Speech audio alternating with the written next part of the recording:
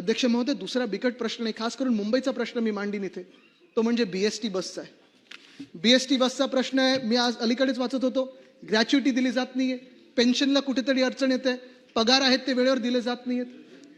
जे बसेस होत्या, अध्यक्ष महोदय, दुर्दैवाने हे सांगायला लागेल की ज्या बसेस गेल्या वर्षापर्यंत, साधारणपणे गेले वर्ष नाही, गेल्या वर्षापर्यंत 2022 पर्यंत 3,500-4,000 बसेस आपल्या मुंबई शहरात होत्या. मग त्याच्यात मिनी बसेस होत्या, मीडियम रेंज बसेस होत्या, लॉंग रेंज बसेस होत्या. ह्या सगळ्या आता कमी करत चाललेल्या आहेत. कोण कमी करतंय हे? कोण निर्णय घेतोय हा कमी करण्याचा? जर मुंबईचा आर्थिक कणा मोडायचा असेल तर पहिला घाव हा बीएसटीवर कोण मारत आहे? अध्यक्ष महोदयचं उत्तर आज आपल्याला मिळालं पाहिजे. कारण तुम्ही आणि आम्ही, आपले कितीतरी इथे आमदार आहेत, 36 आमदार मुंबईचे आहेत, आपण सगळे हाच प्रश्न विचारतोय की बीएसटीला संपवण्याचा प्रयत्न कोण करत आहे?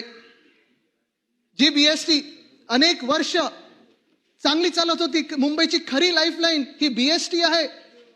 कधी मी पाहतो अनेकदा पूर आले, कधी बॉम्बस्फोट झाला, कधी काही दुर्दैवी झालं,